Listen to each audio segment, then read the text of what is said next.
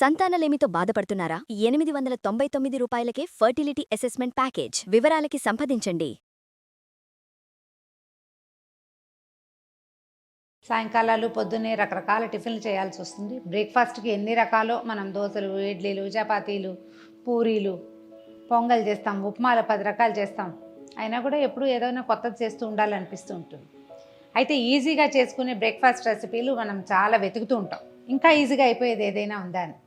అయితే ఈజీగా అవుతుందో అవదో కానీ రుచిగా మాత్రం ఉండే సగ్గుబియ్యం ఉప్మా చేద్దాం.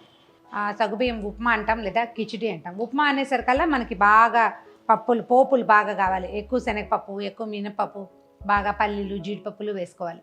అయితే కొంచెం ఎక్కువగా ఈ నార్త్ ఇండియాలో ఏంటంటే ఉపవాసాలప్పుడు సాబుదానా కిచిడి అని అవి ఎక్కువ తింటారు. ఆ కిచిడి టేస్ట్ మన ఉప్మా టేస్ట్ కంటే బాగుంటుంది.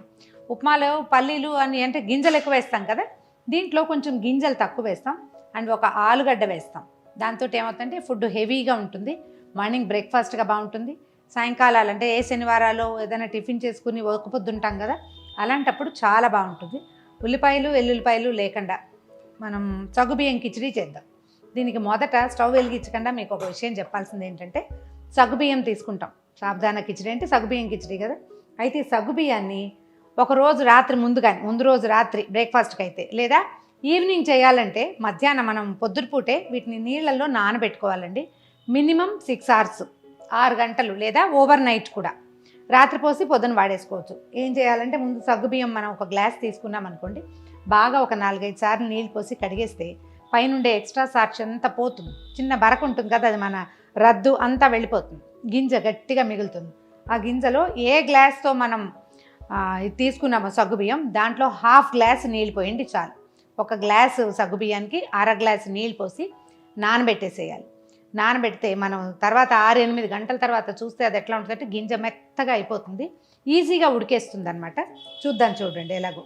ఇంత సగ్గుబియ్యం వేస్తే ఇన్నైనాయి, ఎంత ఎక్కడ పోలికలే చూడండి, మొత్తం నీళ్ళన్నీ పీల్చేస్తుంది. ఇదేమవుతుందంటే నానిన కొందికి ఇట్లా అయిపోతుంది, స్లోగా ఉంది చూసారా, ఈజీగా పడిపోతుంది. తర్వాత గింజ ఒకటి మెదిపి చూస్తే మనకు తెలుస్తుంది, మొత్తం మెత్తగా అయిపోతుంది, ఏమీ బరకు ఉండదు లోపల. ఇది ఒట్టిగా పిండే. మనం దీంతో హాయిగా గంజి కూడా పెట్టేసుకోవచ్చు, పాయసం కూడా చేసుకోవచ్చు అండి. నానబెట్టిన వాటితో వడియాలు, పాయసాలు చాలా హాయిగా ఉంటాయి. కిచిడి అయితే ఎక్సలెంట్గా ఉంటుంది. ఇది పెద్ద ప్రాసెస్ ఏం లేదు, ఇది నానబెట్టుకోవటము. దీంతో పాటు మనం ఏం చేయాలి, టిఫిన్ చేసుకోదలుచుకున్నప్పుడు ఒక ఆలుని ఉడకబెట్టి కొంచెం ముక్కలు చేసి పెట్టుకోవాలి, చిన్న ముక్కలు. తర్వాత ఏమో పల్లీలు వేయించి కాస్త పొట్టు తీసేసి అటు పెట్టుకోవాలి. ఈ రెండే మెయిన్ ఇంగ్రీడియంట్స్ దీనికి. చాలా సింపుల్ తాలింపేనండి. దీంట్లో మెయిన్ సోర్స్ అంతా మనం సగ్గుబియ్యాన్ని ఎంత నానబెట్టామో, ఎంత పొడిగా ఉంచామో అంతే. దాంట్లో నూనె వేయాలా, ఉప్పు వేయాలా ఏం ఆలోచించొద్దు. ఒట్టి సగ్గుబియ్యమే సరిపోతుంది. ఒక 2 స్పూన్ల నూనె, అంతకంటే ఆయిల్ కూడా పట్టదు. 1 స్పూన్ జీలకర్ర, కొంచెం నూనె కాగనిచ్చి జీలకర్ర వేసేస్తే అది వేగుతూ ఉండగా మనం ఏం చేద్దాము, కాస్త ఎండుమిర్చి, తర్వాత పచ్చిమిర్చి ముక్కలు, ఆ తర్వాత కరివేపాకు. దీంతో పాటుగా మనం ఆల్రెడీ వేయించి ఉంచుకున్న పల్లి, ముందు వేగినవే మళ్ళీ ఒకసారి వేస్తే ఆయిల్ టేస్ట్ వస్తుందన్నమాట. పల్లీలు కూడా వేసేస్తున్నాను. మన వైపు అంటే తెలంగాణలో కూడా పల్లీలు పొడి చేసి వేసుకుంటారండి. అనంతపురం ఆ వైపు కూడా పల్లీ పొడి చేసి వేసుకుంటారు కారం కోసం. నాకు గింజలు ఉంటేనే బాగుండని అనిపిస్తుంది పొడి కంటే. కొంచెం పసుపు వేద్దాం, కలర్ బాగుంటుంది, కొంచెం రంగు వస్తుంది. ఈ నూనెలోనే వేసేసుకుంటే పసుపు చక్కగా ఉంటుంది. పసుపు వేసేసాం కదా, ఇప్పుడు మనం నానబెట్టి అది ఉడకబెట్టి ముక్కలు చేసి పెట్టుకున్నట్ట ఆలూలు వేద్దాం. చాలా ఒక చిటికెడు ఇంగు వేయండి. ఈ ఆలుకి ఇంగు వాసన మహా బాగుంటుంది. ముందు వేయకపోయినా పర్వాలేదు, తర్వాత కూడా వేసుకోవచ్చు. సాబుదానా వేసాక ఇంగు కాదు, నూనె మీద ఉండగానే వేసుకోవాలి. ఈవెన్గా అన్ని ముక్కలకి నూనె పట్టింది, పసుపచ్చగా అయింది, కనిపిస్తుంది కదా. ఇప్పుడు మనం నానబెట్టి అటు పెట్టుకున్న సగ్గుబియ్యం వేసేద్దాం.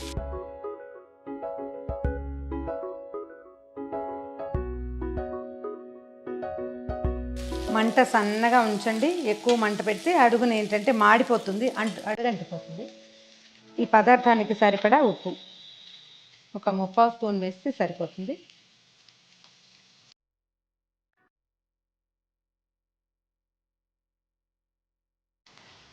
ఒకసారి కదిపేశాక ఒక 5 నిమిషాలు మూత పెట్టి ఉంచుదాము. ఇది ఎలా అంటే ఇది మనం ఆల్రెడీ ఇవి నానిపోయినాయి కానీ ఇది ఉడకాలి కొంచెం. ఇప్పుడు తెల్లగా కనిపిస్తుంది కదా, అది రంగు మారి నీటి బుడగల్లాగా అవుతాయి అన్నమాట. లైట్ షేడ్ వస్తుంది, కొంచెం ట్రాన్స్లూసెంట్గా అవుతాయి. అలా అవ్వడానికి కొంచెం సమయం ఇవ్వాలి, కాసేపు మగ్గబెడితే సరిపోతుంది. మూత పెట్టి ఒక 5-5 నిమిషాలకు ఒకసారి కదుపుతుంటే అడుగంటకుండా ఉంటుంది, చక్కగా మగ్గిపోతాయి.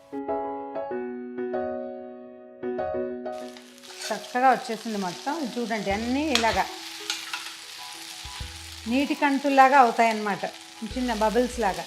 ఈ తెలుపు ఆరిపోతే బాగా ఉడికిపోయినట్టు. తెలుపు అంతా పోయి ఇట్లా మొత్తం అంతా కూడా ఇలా నీటి బుగ్గల్లాగా కనిపించాలి.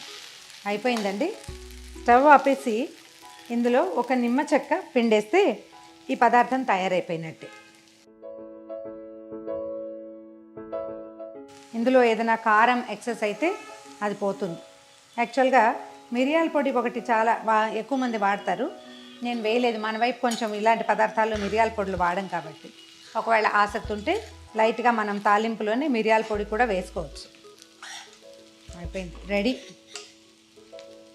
నేను వేడిగా తినండి, చల్లారినా కూడా ఇది ఇలాగే ఉంటుంది. మరి గట్టిపడిపోతుంది అలా ఏం అనుకోకర్లేదు, ఎందుకంటే ఇది పూర్తిగా నానిపోయిన సగ్గుబియ్యం కాబట్టి బాగుంటుంది. ఒక సర్వింగ్ బౌల్లోకి తీసుకుందామా.